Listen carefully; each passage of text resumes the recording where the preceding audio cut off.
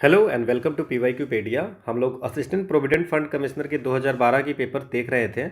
हम लोगों ने पार्ट 1 किया था जिसमें हम लोगों ने पॉलिटी, इकोनॉमी, हिस्ट्री के क्वेश्चन किए हैं। हिस्ट्री और general science and computer application के क्वेश्चन कर चुके हैं। ये 50 क्वेश्चन हम लोगों ने किए थे पार्ट 1 में।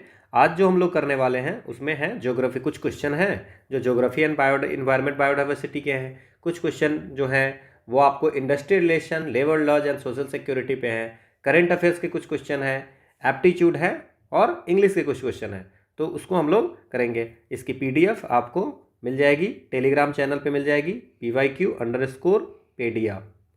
ओके, ठीक है। So let's start the session. पहला क्वेश्चन है ज्योग्राफी का है, ठीक है ना, कि बायोम। बायोम के बारे में क्वेश्चन है। Biome largest recognisable assemblage of animals and plants on the earth. Biome क्या है? लार्जेस्ट रिकॉग्नाइजेबल असेंबलेज मतलब होता है composition. Okay, composition of animals and plants on the earth is controlled. किससे कंट्रोल किया जाता है? पहला है biological activity, land forms, climate, soil. NCERT के क्वेश्चन आप फिर से देखिए। एनसीईआरटी ज्योग्राफी 11th में लिखा हुआ है that the boundary of different biomes on land are determined mainly by climate. तो ये लिखा हुआ है एनसीईआरटी में कि जो डिफरेंट बायोम्स का जो लैंड पे जितने बायोम्स हैं उसकी बाउंड्री डिटरमिन की जाती है क्लाइमेट के द्वारा। तो आंसर हो गया क्लाइमेट।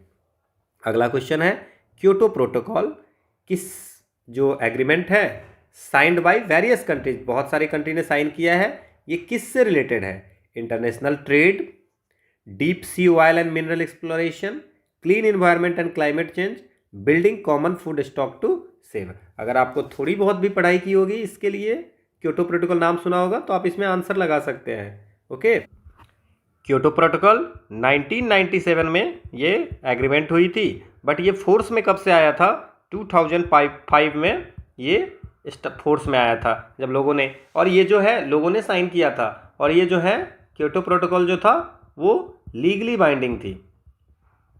ओके, और इसका टारगेट क्या था? To reduce green house gas emission, है ना। ग्रीन हाउस गैस इमिशन को रिड्यूस करने के लिए था। तो आंसर क्या हो गया? Clean environment and climate change. Okay, next question है which of the following can be threats to the biodiversity of a geographical area. किसी ज्योग्राफिकल एरिया का बायोडाइवर्सिटी का थ्रेट्स क्या हो सकता है? ग्लोबल वार्मिंग पक्का हो सकता है, ग्लोबल वार्मिंग तो होगा ही होगा। फ्रैगमेंटेशन ऑफ हैबिटेट्स ये भी होगा। अब फ्रैगमेंटेशन ऑफ हैबिटेट्स क्या होता है? प्रोसेस बाय विच जो लार्ज हैबिटेट्स हैं वो स्मॉल हैबिटेट्स में बढ़ जाते हैं, तो उससे भी बायोडाइवर्सिटी के हैबिटेट्स टू स्मॉल हैबिटेट्स में हो जाते हैं, तो उससे भी खतरा होता है। तो सेकंड भी हो गया। इन्वेजन ऑफ कोई बाहर की कोई ऐसी स्पेसीज है जो पहले नहीं थी वो आ जाती है, तो उससे भी खतरा होता है। तो 1, 2 एंड 3 सही है। प्रमोशन ऑफ वेजिटेरियनिज्म, अगर प्रमोशन ऑफ वेजिटेरियनिज्म, अगर ये वेजिटेरियन सब हो जाए उससे कुछ होगा बायोडाइवर्सिटी से, तो इसमें ये नहीं होगा। तो आंसर क्या हो जाएगा? 1, 2 एंड 3, ठीक है ना। सारे लोग वेजिटेरियन हो जाएंगे, है ना, उससे थ्रेट हो जाएगा, ऐसा कुछ नहीं है। ओके, नेक्स्ट क्वेश्चन है वल्चर्स। वल्चर जो गिद्ध होते हैं, okay, which were very common in our country side of fever. कुछ साल पहले वल्चर्स बहुत कॉमन होते दिख जाते थे, लेकिन आज अब क्या हो गया? रेयरली सीन, अब बहुत कम देखे जाते हैं। इसका क्या कारण है? पहला, destruction of their nesting site bye new invasive species, नई कोई बाहर की स्पेसीज आ जाती है जो उसकी जो रहने की जगह है उसको डिस्ट्रक्ट कर देती है, एक ये है। दूसरा, a drug use by cattle owner for treating their disease cattle, ये हमारा सही है। ड्रग ऑनर जो कैटल ऑनर है, कैटल ओनर यूज करते हैं एक ड्रग डाइक्लोफेनाक, और डाइक्लोफेनाक किस चीज़ के लिए यूज होती है? पेन किलर, ठीक है। तो ये जो है सो आप पेन किलर होती है कैटल के लिए। तो ये जब कैटल खाती है और कैटल की जब डेथ हो जाती है उसको वल्चर खाते हैं, तो उससे वल्चर की डेथ हो जाती है। तो आंसर हो गया a drug use by cattle owner for treating their disease cattle. Next question है, ये इसमें देखना है, ये भी एनसीईआरटी की क्वेश्चन है। और पूछा जा रहा है कि कौन से टाइगर रिजर्व हैं, कुछ नेशनल पार्क्स हैं, ये कहाँ पे हैं। एनसीईआरटी क्लास 10 की ज्योग्राफी में ये क्वेश्चन है। बक्सा टाइगर रिजर्व जो है वो है वेस्ट बंगाल में।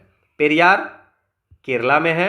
सरिस्का राजस्थान में है। और वाइल्ड एस सेंचुरी गुजरात में है। वाइल्ड एस जो है only found in Gujarat, only found in Gujarat, ये सिर्फ गुजरात में ही पाया जाता है। तो आंसर क्या हो जाएगा, फर्स्ट का 3, सेकंड का 4, थर्ड का फर्स्ट एंड सेकंड फोर्थ का सेकंड। नेक्स्ट क्वेश्चन है, अ कल्टीवेटर हैज अबाउट 2 हेक्टेयर। एक कल्टीवेटर के पास 2 हेक्टेयर जमीन है, रेन फेड है, लैंड है, ओके, विदाउट इरिगेशन फैसिलिटी। अब बारिश भी नहीं है और क्या है कि इरिगेशन की फैसिलिटी भी नहीं है, तो वो किस तरह की क्रॉप को ये ग्रो करेगा। ओके, तो ज्वार है, कॉटन है, अरहर है, पोटैटो। पोटैटो में आपको वाटर की ज़रूरत होती है और हमारे पास इरिगेशन की फैसिलिटीज़ में बोला है कि नहीं है, तो ये हमारा होगा नहीं। कॉटन में भी एनसीईआरटी में दिया हुआ है, क्या दिया हुआ है कि पर हेक्टेयर, एनसीईआरटी 12th की एनसीईआरटी में दिया हुआ है कि per hectare output of cotton is high under irrigated condition.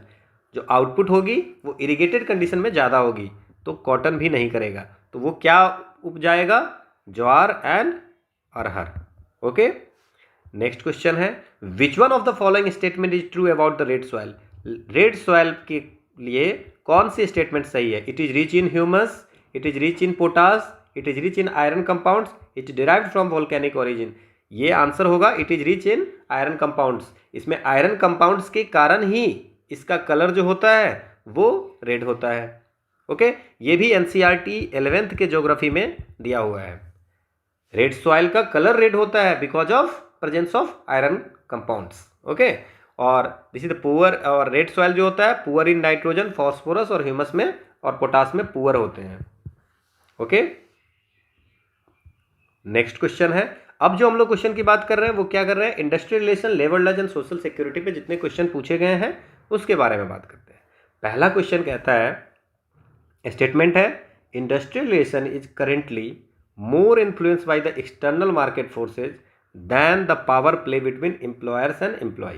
पहले क्या होता था कि जैसे कि एम्प्लॉयर और एम्प्लॉई के बीच में अगर एम्प्लॉई को कुछ ऐसा लगा कि आपको जैसे कि प्रोडक्शन रोक दिया, ओके, तो प्रोडक्शन रोक दिया तो फिर एम्प्लॉयर्स उसको मनाने जाते थे क्योंकि उस कारण से बहुत ज़्यादा इफेक्ट हो जाता था। प्रोडक्शन अगर कम हो गया तो सप्लाई कम हो गई तो लोगों के पास पहुंच नहीं पाती थी। आज के समय में क्या है कि बाहर से चीज़ें आ जाती है, तो आजकल बाहर जो एक्सटर्नल मार्केट फोर्स है वो ज़्यादा इन्फ्लुएंस कर रहा है रैदर देन कि एम्प्लॉयर और एम्प्लॉई का जो पावर प्ले होता है कि हम बड़े तो हम बड़े, है ना। तो ये सही है, बात सही है। दूसरा स्टेटमेंट कहता है द फोर्सेज ऑफ ग्लोबलाइजेशन, ये किस कारण से हुआ है, ग्लोबलाइजेशन के कारण से हुआ है, have made competition so imperative that unions and their tactics like stopping productivity no more hold good. ठीक है, ग्लोबलाइजेशन के कारण लोग, हर बहुत सारी कंपनियां हैं, आप नहीं करोगे तो कोई दूसरा कर लेगा।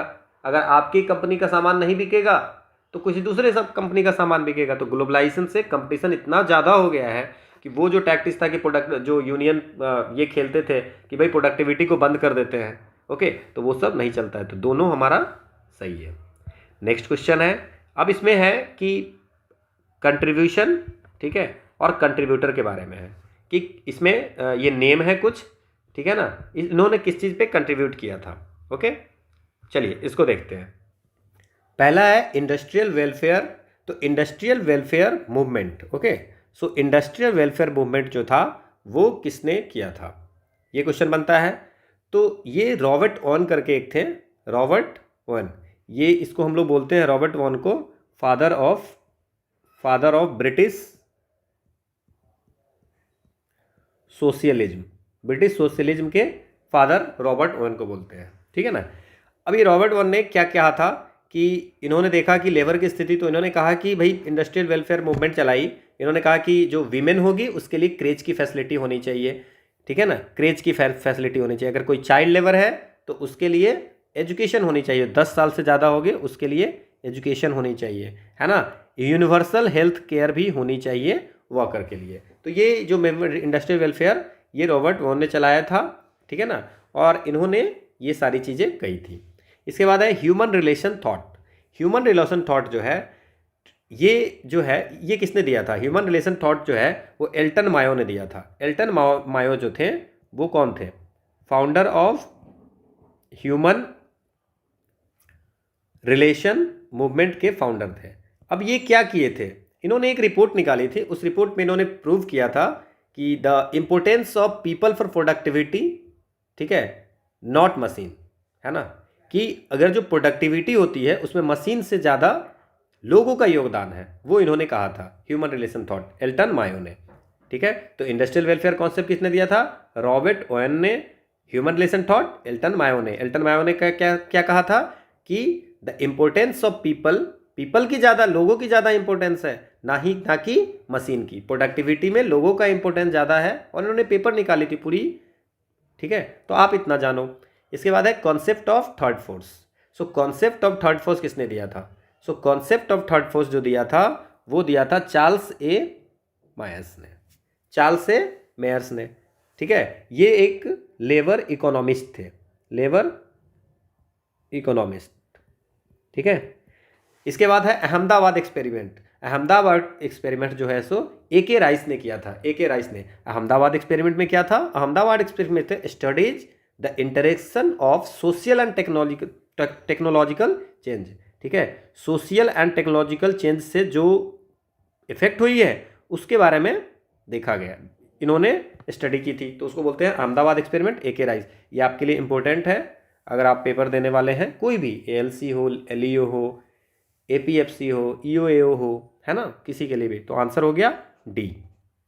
ओके, नेक्स्ट क्वेश्चन है first national commission on labour. ठीक है, first national commission on labour कब हुआ था? ये हुआ था 1969 में बैठी थी first national commission on labour. Wage board for working journalist, ये 2009 में था। Okay, second national commission on labour, ये सेकेंड नेशनल कमीशन जो है वो 2002 में था। पहला 1969 में, दूसरा जो था 2002 में। इंडेक्स रिव्यू कमेटी जो था ये 2009 में था। अब इसके हेड कौन थे ये हमें बात करनी है। ठीक है, अब ये पहले हम बात करते हैं first national commission on labour. इसकी जो फॉर्म्ड हुई थी वो 1966 में, और रिपोर्ट दिया था 1969 में। और इसके हेड कौन थे? PB गजेंद्र गडकर। ओके, सो PB गजेंद्र गडकर इसके हेड थे।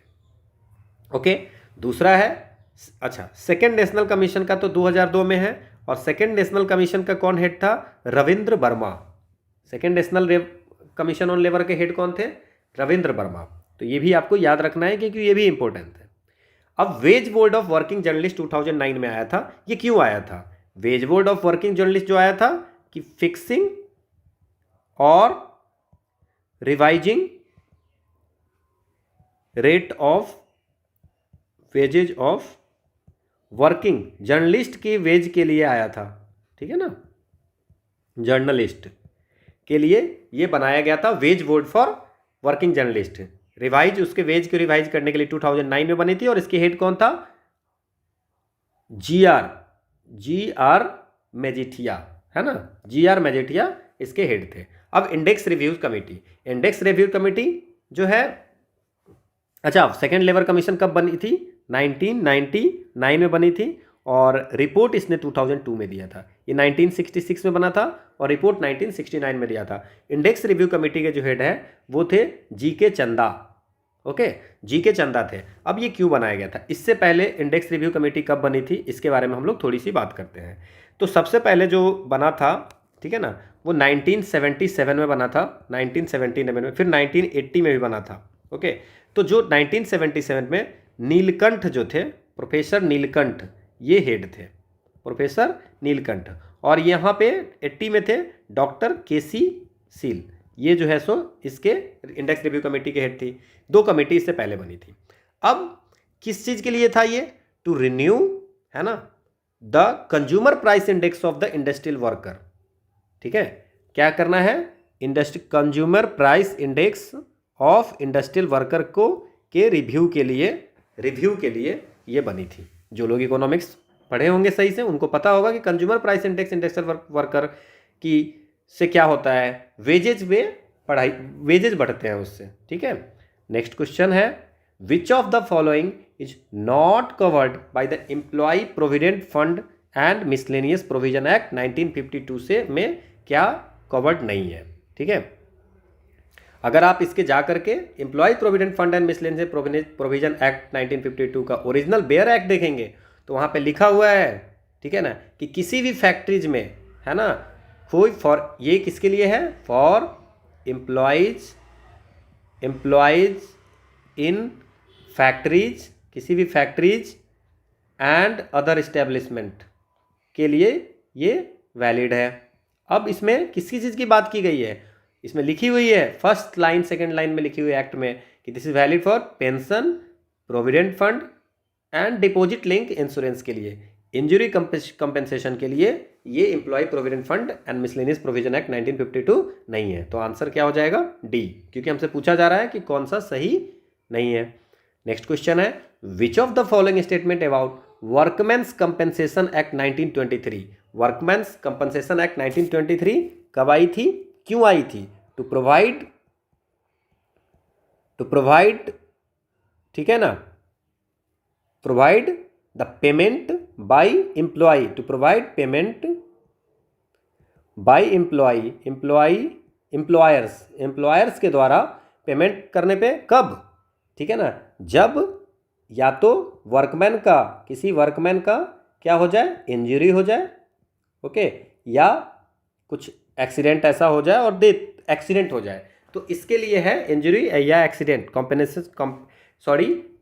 Compensation for injury by accident, accident से इंजरी अगर हो जाता है तो आपको उसके लिए ये लाया गया था वर्कमैन्स कंपेंसेशन एक्ट 1923, ठीक है। लेकिन इसका बाद में हो गया नाम चेंज और बाद में 2009 में इसका नाम चेंज कर दिया गया employees compensation act in 2009। So its name has been changed to the Employees Compensation Act in 2009. Okay? Death में नहीं है, it provides maximum compensation in events of death, नहीं, डेथ्स में नहीं है। ऑक्यूपेशनल डिजीज में भी it does not provide compensation, बिल्कुल। ऑक्यूपेशनल डिजीज जो हो रही है, ऑक्यूपेशनल डिजीज मतलब वहाँ पे कुछ ऐसी केमिकल हो या किसी कारण से अगर डिजीज हो रही है तो उसमें भी कंपेंसेशन है, ओके। तो ये बोला है डज नॉट प्रोवाइड कंपेंसेशन, तो ये गलत हो गया। सो आंसर हमारा हो गया, इसका जो नेम चेंज हुआ है वो 2009 में हुआ है। अगला क्वेश्चन है, which of the following legislations is comprehensive social security legislation, इसमें कौन ऐसा है जो कंप्रिहेंसिव सोशल सिक्योरिटी लेजिस्लेशन है। अब आप देख लीजिए, the maternity benefit act, the employ state insurance act, the employ compensation act, okay. तो एम्प्लॉय स्टेट इंश्योरेंस एक्ट कब आई थी पता है आपको, 1948 में, ओके। और the employ provident fund and miscellaneous provision ये 1952 में आया था। और एम्प्लॉय कंपेंसेशन एक्ट अभी हम लोगों ने देखा था 2009 में आया था, ओके। तो अब जो है इसमें जो क्वेश्चन है कि which of the following legislation is comprehensive social security. अब इसमें जो हमारा आंसर क्या होगा, the employ state insurance act. क्यों होगा, क्योंकि जो एम्प्लॉय स्टेट इंश्योरेंस एक्ट था उसकी जो ये एक्ट लाने के पीछे जो था कि अगर जैसे मान लेते हैं टू प्रोवाइड एम्प्लॉयज, इसका जो ऑब्जेक्टिव था टू प्रोवाइड एम्प्लॉय को क्या प्रोवाइड करना, इन केस ऑफ अगर उनको कुछ बीमारी हो जाती है, sickness, okay, sickness, maternity and employment injury में। तो ये जो है इसको हम लोग कॉम्प्रिहेंसिव सोशल सिक्योरिटी लेजिस्लेशन बोलते हैं, क्योंकि बीमारी हो या मैटरनिटी या एम्प्लॉयमेंट कुछ इंजरी हो तो उसमें इंश्योरेंस की बात हो रही है, तो इसको हम लोग बोलते हैं comprehensive social security legislation. Maternity benefit act ये पर्टिकुलर के लिए है, सिर्फ मैटरनिटी के लिए है, ओके। ये एम्प्लॉयज कंपनसेशन है, ये सिर्फ अगर एक्सीडेंट से इंजरी होती है तो उसके लिए है, ठीक है ना। और एम्प्लॉय प्रोविडेंट फंड ये पीएफ वगैरह के लिए है, हमने पहले देखा था इसको, इस क्वेश्चन को, कि पेंशन, प्रोविडेंट फंड इन चीज़ों के लिए है। जो कंप्रिहेंसिव सोशल सिक्योरिटी लेजिस्लेशन है वो है employees state insurance act. Next question है, what is the maximum limit of gratuity payable under the payment of gratuity act 1972। Payment of gratuity act में 10 लाख रुपीज है, तो ये एक्ट प्रोवाइड्स करता है payment of gratuity at the rate of 15 day wages for each completed year, हर साल में, है ना, 15 दिन का wage, completed year of service. अगर आप जितने दिन कर रहे हो, अगर आप मान लीजिए कि आप 2 साल सर्विस कर रहे हो, तो 30 दिन की जो 15-15 दिन की इस साल की जो वेज होगी उसकी 15 दिन के पैसे, और अगले साल की जो 15 दिन के होंगे जितनी आपकी सैलरी उस समय होगी उससे। लेकिन मैक्सिमम जो अमाउंट है वो 10 लाख से ज़्यादा नहीं होना चाहिए। तो आंसर क्या हो जाएगा, 10 लाख रुपीज़। ठीक है, 50 days wage for each completed year of service. Next question है, the main objective of the minimum wages act 1948, minimum wages is to safeguard the interest of the workers engaged in. किस तरह के worker के लिए minimum wages act लाई गई थी? ठीक है, तो ये जो मिनिमम वेजेज एक्ट आई थी 1948 आई गई थी अनऑर्गेनाइज सेक्टर के लिए। ओके, नेक्स्ट क्वेश्चन है, in which of the following acts housing facility is statutory provision. किस एक्ट में हाउसिंग फैसिलिटी देना एक स्टैट्यूटरी, मतलब कि एक्ट में लिखा हुआ है कि हाउसिंग फैसिलिटी देना है? तो इसका जो आंसर होगा द प्लांटेशन लेबर एक्ट 1951। इसमें लिखा गया था कि it shall be the duty of every employer to provide and maintain for every worker and his family residing in the plantation necessary housing accommodation. Okay, ये हर employer की duty है कि जो फैमिली प्लांटेशन के अंदर में रहती है उसको, उसकी फैमिली को और उस वर्कर को आपको नेसेसरी हाउसिंग एकोमोडेशन देना है। ठीक है, तो ये प्लांटेशन लेबर एक्ट 1951 में लिखी हुई है। नेक्स्ट क्या है, consider the following statement regarding human development. Human development के बारे में ये है, skills may be harnessed in the society through participation of NGO. NGO की मदद से आप सोसाइटी में स्किल को ये कर सकते हो, है ना, स्किल इंड्यूस कर सकते हो। ओके, दूसरा है, to fill the internal gaps in the system reviews and international experience can prove to be helpful. Internal gap को फिल करने के लिए, सिस्टम में जो इंटरनल गैप है उसको फिल करने के लिए आप क्या कर सकते हैं, रिव्यू कर सकते हैं, या कुछ इंटरनेशनल जो दूसरी कंट्री में कभी कुछ ऐसा हुआ है कि स्किल को कैसे हार्नेस किया गया है सोसाइटी में, है ना, तो उससे भी आप देख सकते हैं। तो दोनों हमारा सही है। So both 1 and 2 is the answer. Next question है, द एंडेवर ऑफ जननी सुरक्षा योजना। ठीक है, जननी सुरक्षा योजना जो था वो किससे रिलेटेड था? ये जो जननी सुरक्षा आई थी to reduce maternal and neonatal mortality.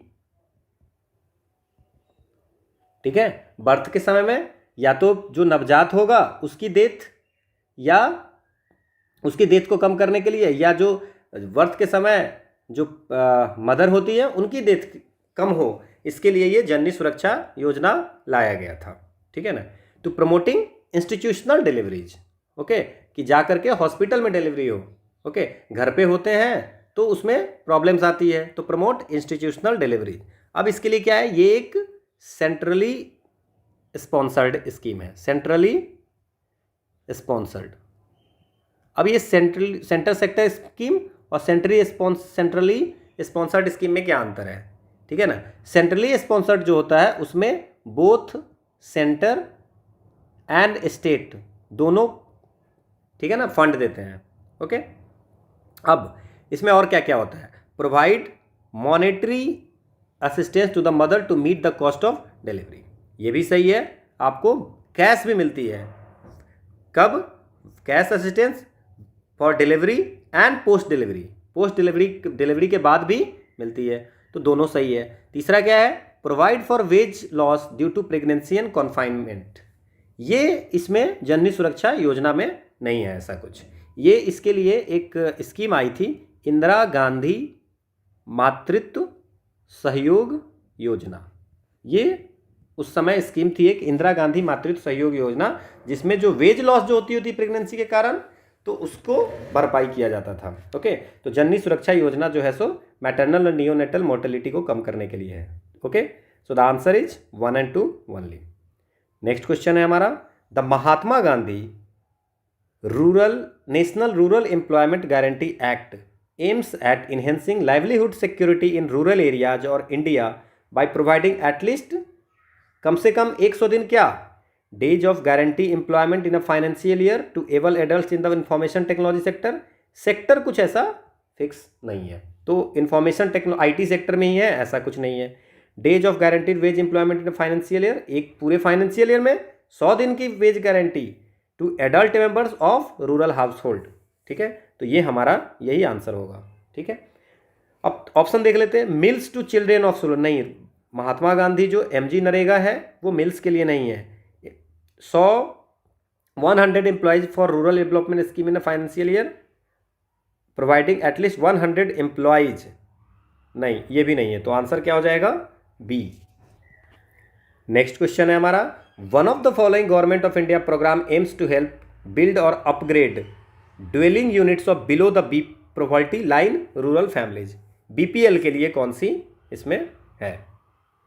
अब ये क्या है? हेल्प बिल्ड और अपग्रेड ड्वेलिंग यूनिट्स, मतलब घर के लिए।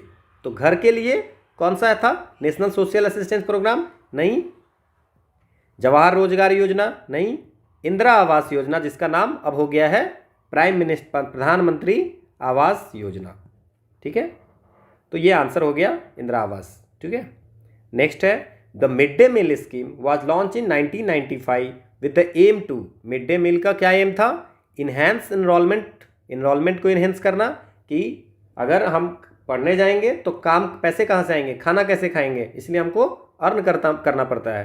तो बोला गया कि चलो हम बच्चों जो जाएंगे पढ़ने उनका खाना वहाँ मिलेगा, तो इनरोलमेंट बढ़ेगी, रिटेंशन लोग रहेंगे क्योंकि खाना भी मिलता है ना।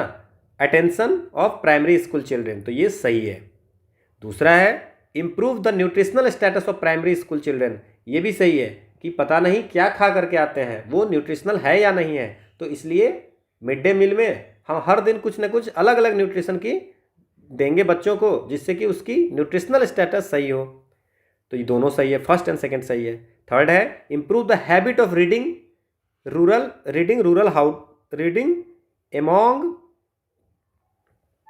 रूरल हाउस होल्ड, रीडिंग की कैपेसिटी बढ़ाना, नहीं, ऐसा कुछ नहीं है इसमें। Encourage the use of tiffin box का यूज करना, ये भी कुछ भी लॉजिकल ही नहीं है। So 1 and 2 is the answer. Next question है, which of the following is not a recommendation of the national cooperative farming advisory board. अब इसकी मैंने रिपोर्ट ढूंढी थी बट हमें मिली नहीं। ठीक है, तो कौन सा इसमें रिकमेंडेशन नहीं है national cooperative farming advisory board के लिए, है ना?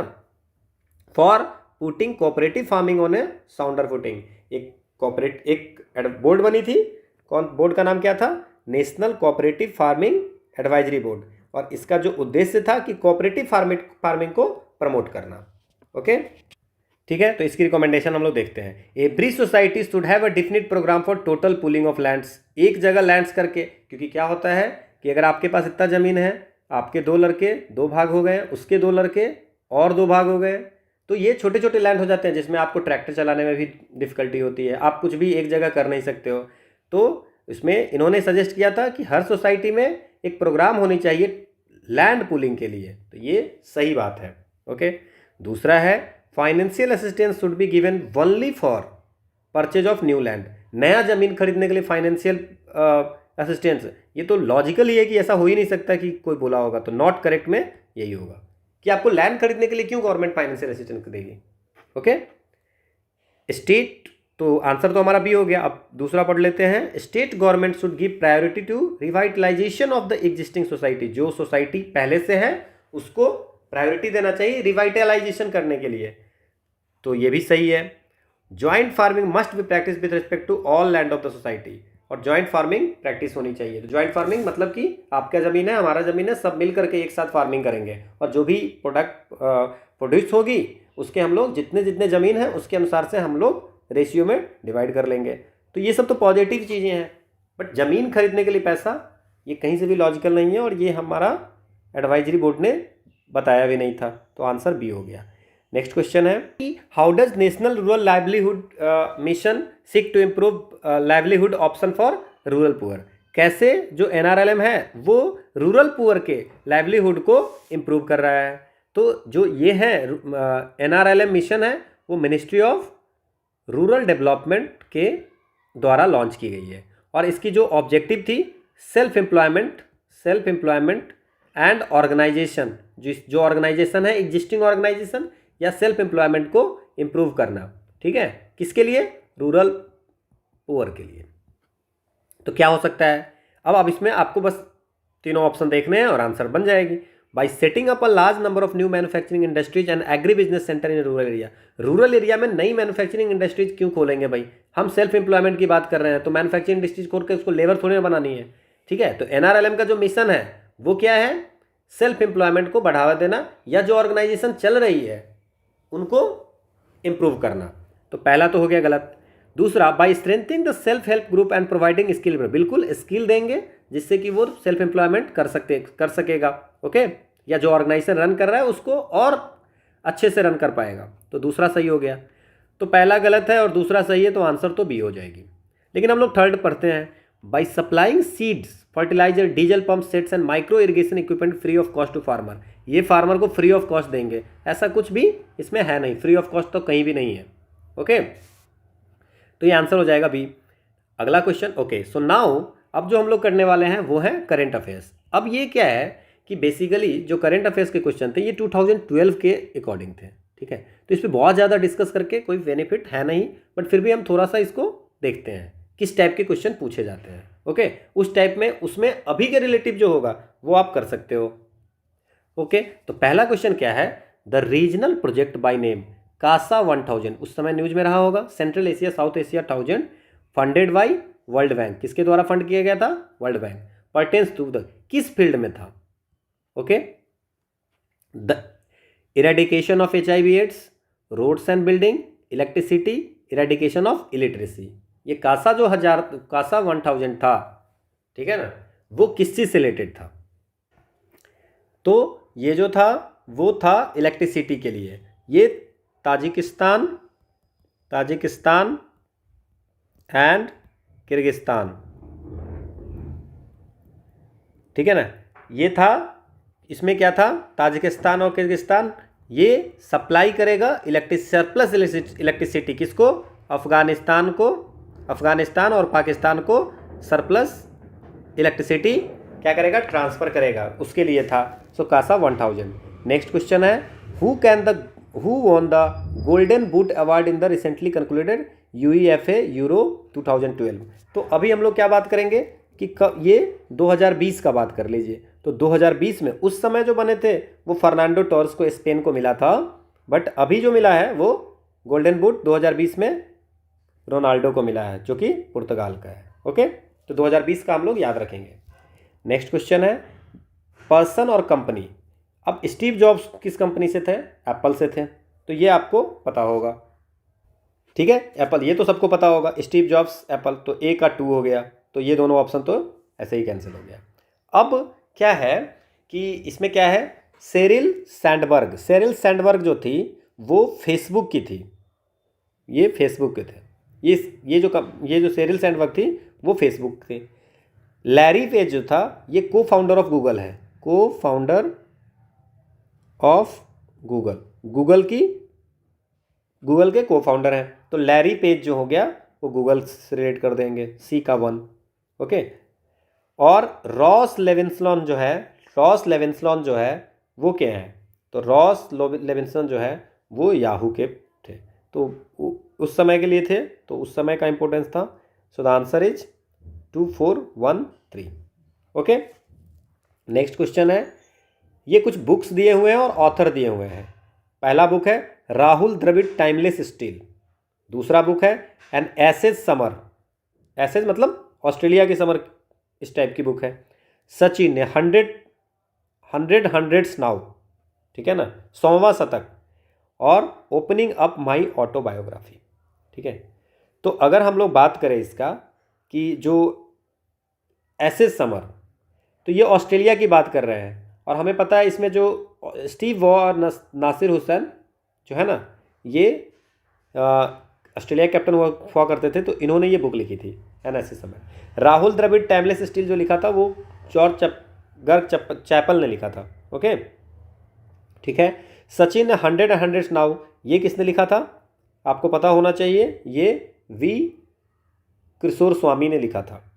ओपनिंग अप माई ऑटोग्राफी, ये माइक एथ्रोटन ने लिखा था। तो आंसर क्या हो जाएगा, ए का गर्ग चैपल, ओके, चैपल ने, तो ए का 2, ओके, बी का 1। So the answer is D. अगला क्वेश्चन है, why was justice Dalveer Bhandari in news. उस समय न्यूज में थे जस्टिस दलवीर भंडारी, तो वो क्यों न्यूज में थे, ठीक है ना, वो इसलिए न्यूज में थे। He became member of UN human right council, he was elected to the international court of, तो justice, he became director general of world trade organisation, he became secretary general of SAARC. तो answer क्या है, उस समय ये इसलिए news में थे क्योंकि उनकी इलेक्टेड हुई थी इंटरनेशनल कोर्ट ऑफ जस्टिस में दलवीर भंडारी की, ठीक है ना। अच्छा, अभी director general of world trade, ये WTO कौन है, नागोजी ओकोंजो इवेला, ठीक है, ये अभी director general of world trade Organization है। सेक्रेटरी जनरल ऑफ सार्क कौन है, पता है, इसाला रुवान, आप रुवान सिर्फ याद रख सकते हैं, वीराकॉन, ठीक है, ये सेक्रेटरी जनरल ऑफ सार्क है। तो ये तो एक्स्ट्रा इन्फॉर्मेशन हो गई। नेक्स्ट क्वेश्चन है, अब इसमें से कुछ हेड है और कुछ इंस्टीट्यूशन है, किस इंस्टीट्यूशन के हेड हैं, ठीक है। जैसे कि ये तो बात उस समय की है और UPSC ने इस क्वेश्चन को डिलीट कर दिया था, ठीक है, क्योंकि इसमें कोई भी आंसर सही नहीं था। अभी की बात अगर हम करते हैं तो प्रेसिडेंट ऑफ वर्ल्ड बैंक कौन है, डेविड मालपास, ठीक है, डेविड मालपास जो है अभी प्रेसिडेंट ऑफ वर्ल्ड बैंक, ये 2023 की मैं बात कर रहा हूं, ठीक है। सेक्रेटरी जनरल कॉमनवेल्थ कौन है, हॉर्न पैट्रिसिया स्कॉटलैंड, ठीक है। मैनेजिंग डायरेक्टर IMF कौन है अभी, क्रिस्टालिना जॉर्जिवा। और secretary general of European commission कौन है, इल्जे जोहानसन, ठीक है। ये जो है ये सारे हैं, तो ये आपको अभी के अकॉर्डिंग याद रखना चाहिए। नेक्स्ट क्वेश्चन है, 3 state which have human development index higher than China. ये उस समय का था, उस समय की रिपोर्ट में, तो मैं इसके बारे में कुछ इन्फॉर्मेशन आपको देता हूँ। और उसमें जो पूछा था कि तो कौन से 3 स्टेट ऐसे हैं जिसकी चाइना से ज़्यादा ह्यूमन डेवलपमेंट इंडेक्स है। अब ये जो ह्यूमन डेवलपमेंट इंडेक्स है, इसके बारे में कुछ इन्फॉर्मेशन बता दूं मैं कि ये जो निकाली जाती है वो UNDP के द्वारा निकाली जाती है। पहला ये हो गया, और इसमें 3 डायमेंशंस होते हैं, 3 डायमेंशन, 3 चीज़ें देखी जाती हैं। पहला है हेल्थी लाइफ, दूसरा नॉलेज, ठीक है, उसके अकॉर्डिंग निकाली जाती है। स्टैंडर्ड ऑफ लिविंग, ओके, ये 3 डायमेंशन है। अब जो इंडिया की अभी की बात कर रहे हैं, अभी जो पोजीशन है, ये हम 2023 में बात कर रहे हैं, तो अभी की जो है वो 132 पोजीशन है, ठीक है। और आप अगर इसमें बात करें, इंडिया में अगर बात करें तो सबसे ज़्यादा जो, अच्छा इंडिया का स्कोर कितना है, इंडिया के स्कोर है 0.602, ठीक है। अगर हम बात करें सबसे ज़्यादा श्रीलंका, ठीक है, फिर है चाइना, फिर है भूटान, अगर हम लोग अपने आस पड़ोस में बात करें तो, फिर है बांग्लादेश, फिर है इंडिया, फिर है नेपाल, और फिर है पाकिस्तान। ये अभी की बात है। तो श्रीलंका की जो सबसे ज़्यादा है आसपास में, उसकी स्कोर है 0.782, चाइना की कितनी है 0.6768, ठीक है, और इंडिया की कितनी है 0.602। अब अगर हम इंडिया में बात करते हैं, ठीक है, तो चाइना से तो इंडिया की कम है। अब इंडिया में अगर पर्टिकुलर बात करते हैं तो इंडिया में सबसे ज़्यादा कौन से स्टेट की है, ये 3 dimension, healthy life, knowledge and standard of living में, तो सबसे ज़्यादा जो है वो केरला की है। केरला की स्कोर है 0.752, ठीक है। उसके बाद केरला के बाद कौन है, गोवा की है, फिर है चंडीगढ़, फिर है दिल्ली, ठीक है। तो आप देख लीजिए इसमें क्या फिट कर सकते हो आप। नेक्स्ट क्वेश्चन है हमारा, ओके, सो अब हम लोग जो क्वेश्चन करने वाले हैं वो general mental ability and quantitative aptitude. ये हमने टॉपिक वाइज में इसलिए डिवाइड किया है कि जिनको पर्टिकुलर जो सेक्शन देखना होगा वो वहाँ पे जा करके देख सकते हैं। ओके ओके, सो पहला क्या है, 20% ऑफ पी का 20% इज इक्वल टू क्यू का 30% is equal to 1/6 of R. So P/5 is equal to 3Q/10 is equal to R/6। ठीक है, अब अगर इसको हम लोग क्या कर सकते हैं, इस 3 को नीचे ले आते हैं, तो P/15 is equal to Q/10 is equal to R/18। तो 15, 10 और 18 का PQR का रेशियो हो जाएगा। नेक्स्ट क्वेश्चन है, क्योंकि अगर आप मान लीजिए कि इसको कोई कांस्टेंट कर दीजिएगा तो P is equal to 15K, Q is equal to 10K और R is equal to 18K, तो 15, 10, 18 का हो जाएगा। नेक्स्ट क्वेश्चन है, a tree increases annually by 1/8 of its height. जितना हाइट होगा उसका 1/8 बनेगा। What will be the it's height after, 2 साल के बाद क्या होगा अगर if it stands today 64 centimetre high. आज हमारा 64 है, तो 2 साल के बाद क्या होगा, तो मान लेते हैं कि 64 64, ठीक है। इसके बाद अगले साल क्या होगा, ठीक है ना, इफ इट स्टैंड्स टुडे 64, अगले साल क्या होता, 64 मीटर की 64 सेंटीमीटर की तभी है ही, अगले साल क्या हो जाएगा 1/8 बढ़ जाएगा, मतलब 64/8 बढ़ जाएगा। ठीक है, तो 64/8 बढ़ जाएगा तो क्या हो जाएगा 64 + 8 72 हो गया। ठीक है, अगले साल क्या हो जाएगा, तो फर्स्ट ईयर में ये हो गया, फर्स्ट ईयर में। अब सेकेंड ईयर में क्या हो जाएगा, जितना है उसका क्या हो जाएगा /8 बढ़ जाएगा, तो ये क्या हो जाएगा 81। तो अभी जो होगा वो 81 सेंटीमीटर इज द आंसर। आसान क्वेश्चन था। अगला क्वेश्चन है, the sides of a triangle GHL are, GH is equal to 65 metre, HL is equal to 75 metre, LG is equal to 80 metre. What is the area of this triangle. एक triangle है, ठीक है, कौन सा triangle है GHL, और GH की value है 65, HL की वैल्यू है 75 और LG की वैल्यू है 80 मीटर। ठीक है, तो एरिया पूछ रहा है। तो अगर हम लोग अगर हीरोज फार्मूला आपने पढ़ा होगा तो हीरोज फार्मूला कहता है कि एस क्या होता है सेमी पेरीमीटर, वो क्या होता है A + B + C/2। तो A + B + C/2 क्या हो जाएगा 65 + 80 + 75/2, तो ये हो जाएगा 220 और आधा करेंगे तो 110। और हीरोज फार्मूला क्या कहता है कि एरिया जो होगा वो क्या होगा S × S - A, S - B और S - C। तो S की वैल्यू 110, 110 - 65 कितनी हो जाएगी 45, 110 - 80 कितनी हो जाएगी 30, 110 - 75 कितनी हो जाएगी 35। ठीक है, और इसको अगर हम सॉल्व करते हैं तो हमारा क्या आंसर आता है 2279.80। So the answer is 2280। Next question है, ये हीरोज फार्मूला था। 3 sets of data on comparable situation are available as under.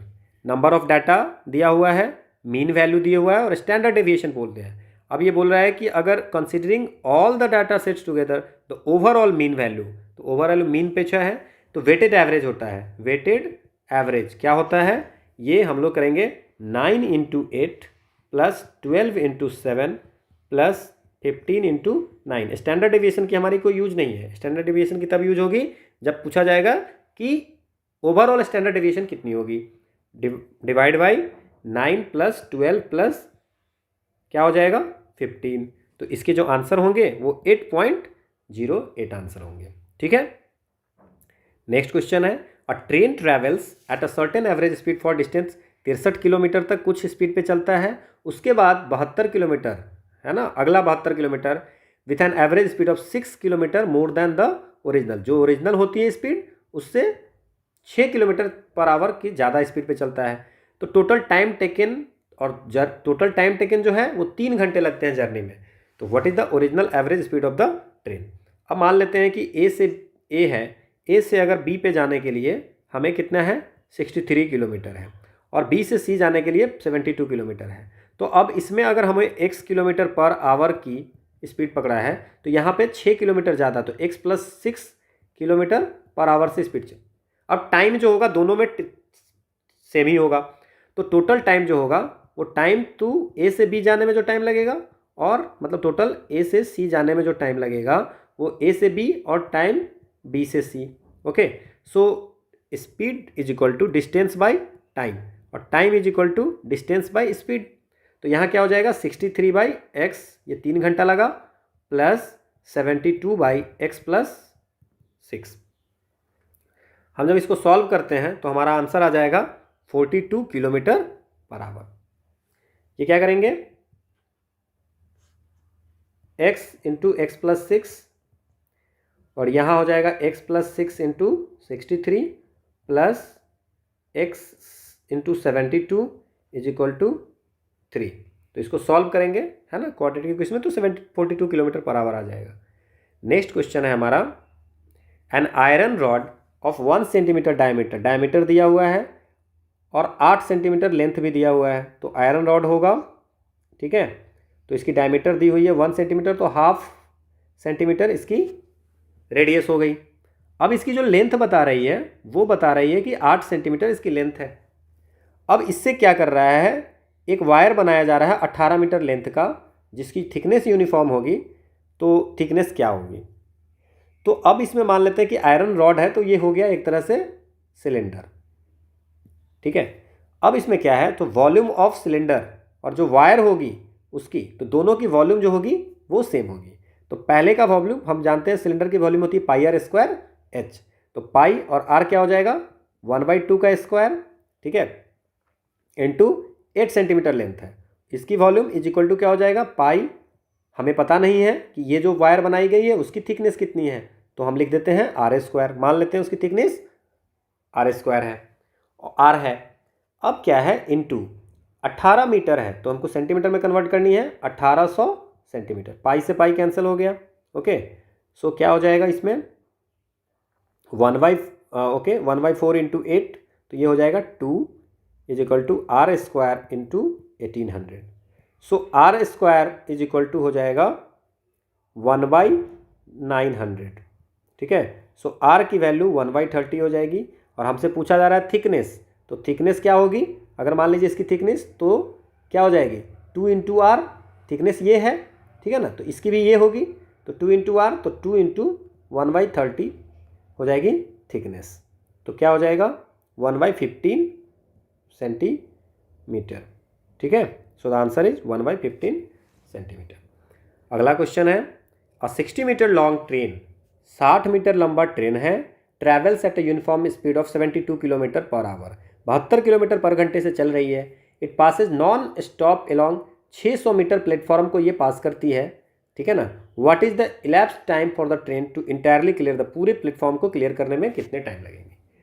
तो इस टाइप के क्वेश्चन में पहले हमें सेकेंड्स है, मीटर में दिया हुआ है, 60 मीटर ट्रेन है 600 मीटर, तो सबसे पहले तो 72 किलोमीटर को हम लोग क्या करते हैं, कन्वर्ट कर लेते हैं मीटर पर सेकंड में, 5/18 से करते हैं तो 20 मीटर पर सेकंड इसकी स्पीड हुई। अब स्पीड इज इक्वल टू क्या होता है, डिस्टेंस बाय टाइम होता है, और हमें क्या निकालना है, टाइम निकालना है, तो time is equal to distance by speed. अब क्या है कि अगर मान लेते हैं कि ये प्लेटफॉर्म है और यहाँ से अगर ट्रेन पास कर रही है, ठीक है, तो टोटल डिस्टेंस जो पास करेगी आप खुद सोचिए कि तब होगा जब यहाँ पे ट्रेन आ जाएगा, ठीक है। तो टोटल डिस्टेंस कितना हो जाएगा, ये ट्रेन प्लेटफॉर्म की जो लेंथ होगी, ठीक है, डिस्टेंस कितनी हो जाएगी 600 मीटर की प्लेटफॉर्म, और जो ट्रेन की लेंथ होगी तो ट्रेन की 60 है, डिवाइड बाई ये 20 हो गया, तो 660/20, तो क्या हो जाएगा 33 सेकेंड इज द आंसर, ठीक है ना। अगला क्वेश्चन है, train A is 75 metre long, travels at a speed of 54 kilometre per hour, ठीक है, मीटर है और 1 किलोमीटर पर आवर में है, तो ट्रेन ए का पहले हम लोग स्पीड निकाल लेते हैं, तो 54 इंटू 5/18, तो ये क्या हो जाएगा आपका 15 मीटर पर सेकेंड। अब क्या है, दूसरा एक ट्रेन है, बी ट्रेन है, ठीक है, तो ए ट्रेन हो गया, बी ट्रेन है 125 मीटर लॉन्ग है, 125 मीटर लॉन्ग है और 36 किलोमीटर पर आवर से चल रहा है, तो 36 गुने 5/18 इज इक्वल टू कितना हो जाएगा 10 मीटर पर सेकेंड। 5/18 से क्यों कर रहे हैं, पता होगा आपको, किलोमीटर का 1000 बाई और सेकेंड का 3600, तो ये डिवाइड करते हैं तो 5/18 आता है। अब ए बी की स्पीड हो गई, in the direction opposite to that of train A, मतलब ए और बी दोनों एक दूसरे के अपोज में चलता है। तो अपोज में जब चलता है तो रिलेटिव स्पीड क्या हो जाएगी, रिलेटिव स्पीड जो हो जाएगी, रिलेटिव वेलोसिटी स्पीड आप जो भी रखें क्या हो जाएगा, 15 + 10 क्या हो जाएगा 25, ठीक है, 25 मीटर पर सेकेंड। अब if this train are crossing at a double track stretch, दोनों क्रॉस कर रहे हैं एक दूसरे को, तो what is the time taken for the two trains to fully clear the each other. अब ये ट्रेन है, मान लेते हैं ये इतनी बड़ी ट्रेन है और ये इतनी बड़ी ट्रेन है। अभी दोनों को क्रॉस करने के लिए हमें क्या करना होगा, क्रॉस करने के लिए तो हमसे पूछ रहा है टाइम, तो टाइम क्या हो जाएगा, डिस्टेंस बाई स्पीड। तो डिस्टेंस क्या हो जाएगा, दोनों का सम हो जाएगा।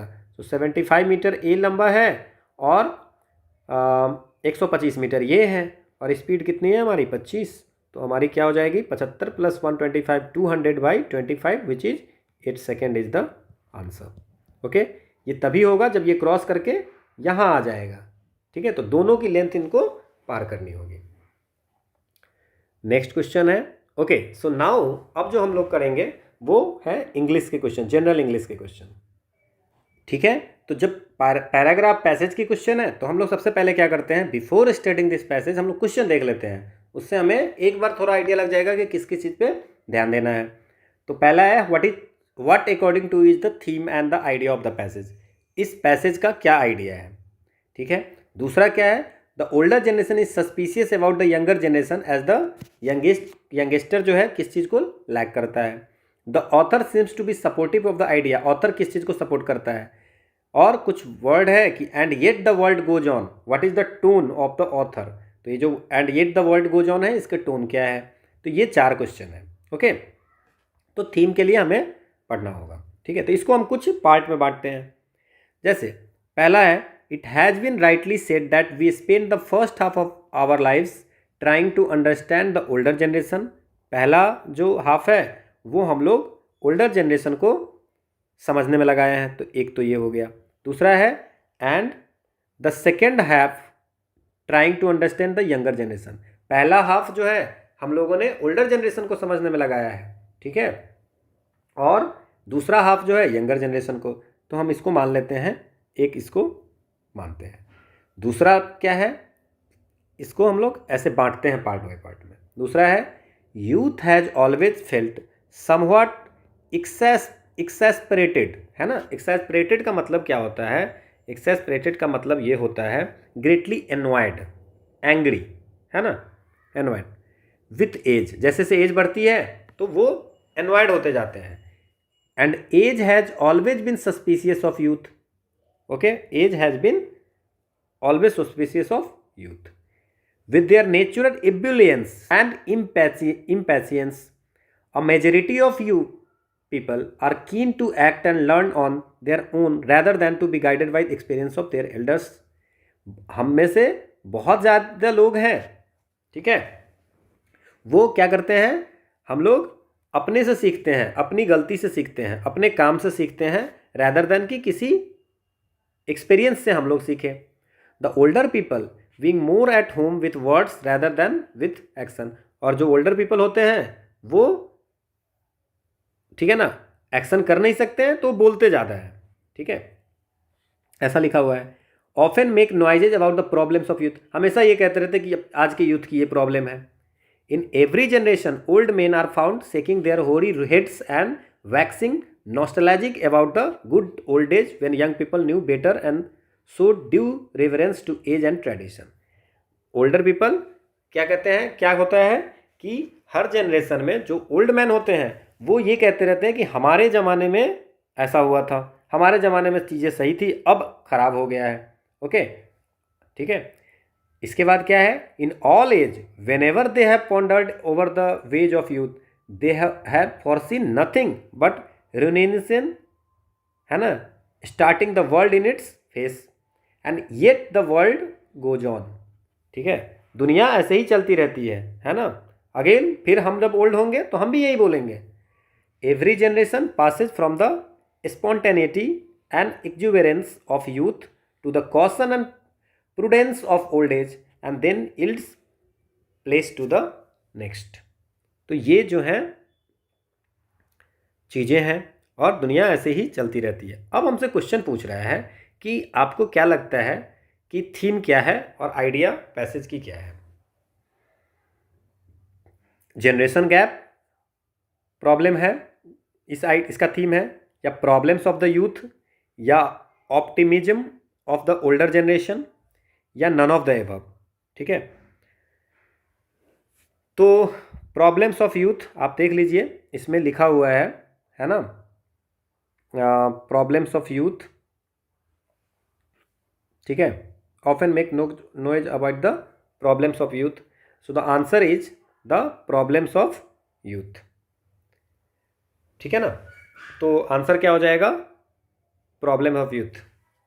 अब ये जो यूपीएससी जो बताती है वो हमारा है, पैसेज की यही प्रॉब्लम है कि आप क्या समझते हो, उससे ज़्यादा मैटर करता है कि जिन्होंने क्वेश्चन सेट किया है उनके माइंड में क्या चल रहा है।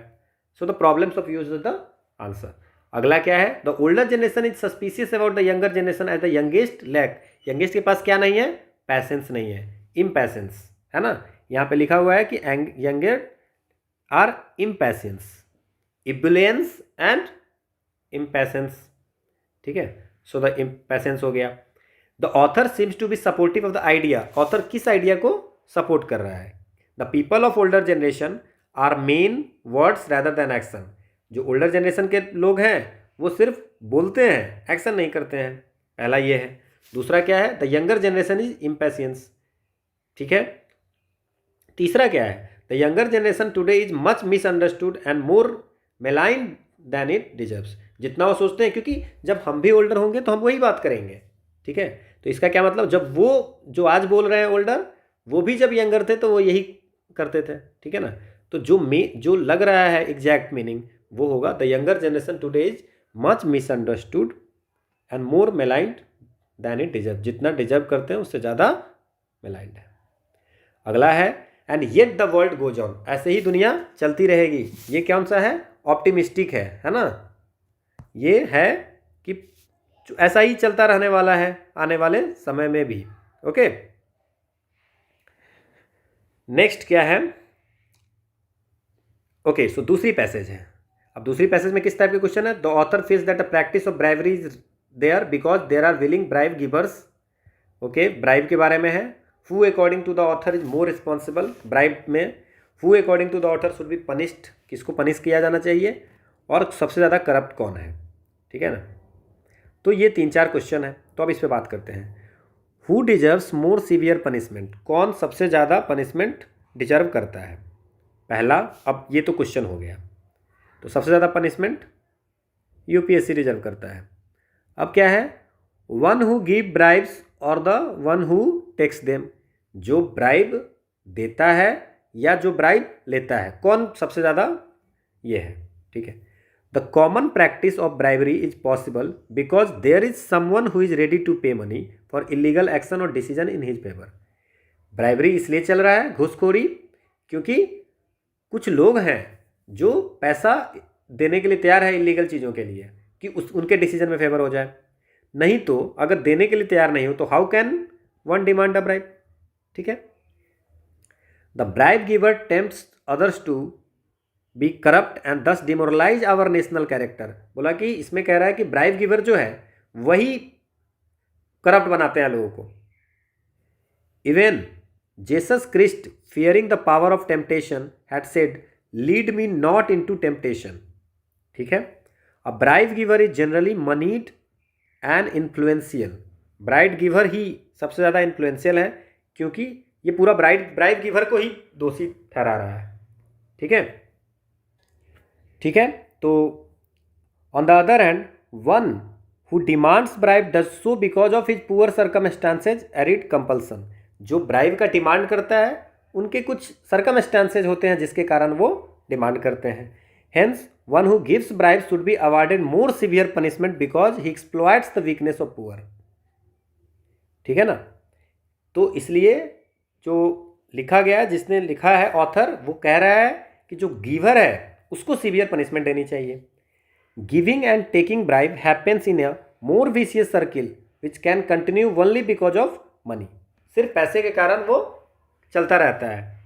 ठीक है, Naturally, therefore, it is the affluent that grease this wheel of corruption and should accordingly dealt with firmly and suitably punished to put a stop to this nefarious practice.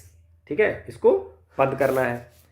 अब क्या है, पहला क्वेश्चन क्या है? The author feels that the practice of bribery is there because there are willing bribe givers. देने वाले लोग हैं इसलिए हैं. तो ये सही बात है, ऑथर ने ये कहा है. अगला क्या है? Who according to the author is more responsible among the following. Author ने ब्राइब गिवर को ज़्यादा रिस्पॉन्सिबल माना है. Who according to the author should be punished more severely? The bribe giver. ठीक है, तीनों में आंसर ब्राइब गिवर ही है. ओके, अब क्या है? Who according to the author is more corrupted. सबसे ज़्यादा करप्ट कौन है? Our system. नहीं, ऐसा कुछ नहीं बोला है ऑथर ने. The person who demands bribe, जो ब्राइब का डिमांड करता है वो करप्ट, उससे ऐसा कुछ नहीं बोला है. The affluent who exploits the weakness of the poor, ये बोला गया है कि यही जो है, ठीक है, मोर रिस्पॉन्सिबल है. अब देख लीजिए, it is the affluent that grease this wheel of corruption and should accordingly the dealt with firmly and suitably, है ना. ओके, सो द आंसर हो गए सारे. अब जो क्वेश्चन है, वो क्वेश्चन जो है वो क्या है? A judgement made before all the facts. ये हमारा पैसेज के क्वेश्चन खत्म हो गए. अब इंग्लिश के कुछ क्वेश्चन आ रहे हैं.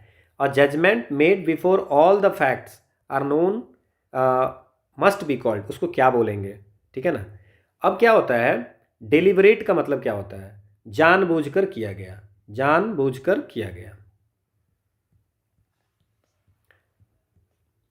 जानबूझकर किया गया. अब क्या है? सेंसिबल, समझदार. अगर आपको मीनिंग पता होगा तो आप कर सकते हो. प्रीमैच्योर, असामयिक.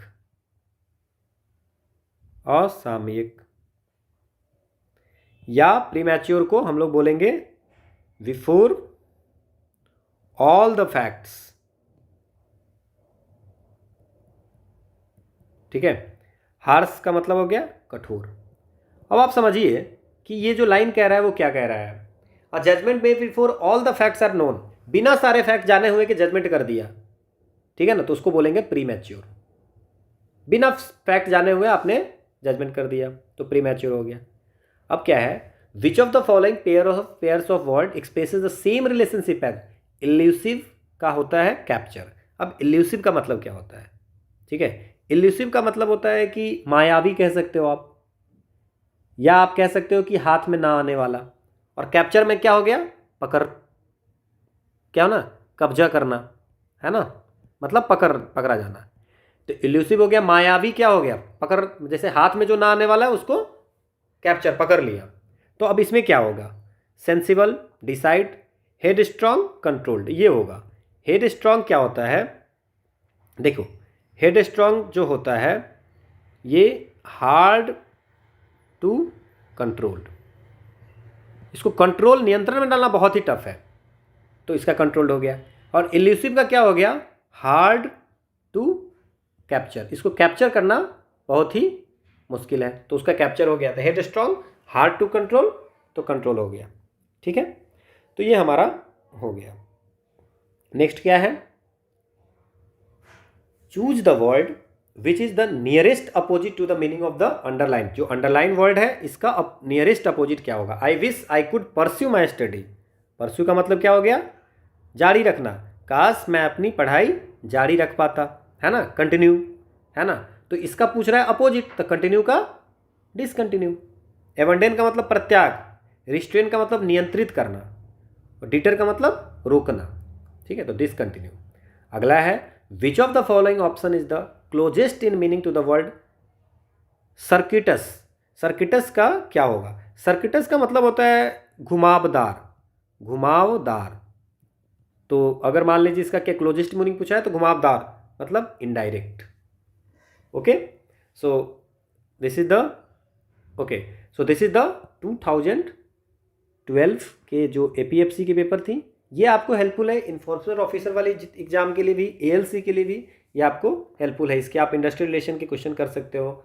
और यूपीएससी की जितनी भी एग्जाम होती है, अगर आप उसकी सारे क्वेश्चन अगर आप एप्टीट्यूड का कर लेते हो तो आपको लगभग उसी टाइप के क्वेश्चन रिपीट करती है. ओके, सो इसकी पीडीएफ आपको टेलीग्राम चैनल पे मिल जाएगा, या आप वहाँ पे कोई क्वेरी भी पूछ सकते हैं. अगर आपको कोई मैथ्स की क्वेरी है तो आप उस पर मैसेज कर सकते हो, फ़ोटो खींच के भेज सकते हो, हम आपको वो सॉल्व करके प्रोवाइड कराएंगे। Okay, so this is all about 2012। अब हम लोग जो बात करने वाले हैं नेक्स्ट वीडियो में 2015 की, जो भी क्वेश्चन पूछे गए हैं, कितने क्वेश्चन पूछे गए थे, क्या वेटेज थी, और फिर हम लोग उसको सॉल्व करेंगे। So thanks for watching. और फिर से मैं यही कहूँगा कि कोर टॉपिक पे ज़्यादा ध्यान दें, रैदर दैन कि आप एक करंट अफेयर्स पे ही ज़्यादा फोकस कर रहे हो, या आप लेबर लॉ पे ही सिर्फ फोकस किए जा रहे हो। तो आप कोर टॉपिक पे ज़्यादा ध्यान दें for EO, AO and APFC। So thanks for watching.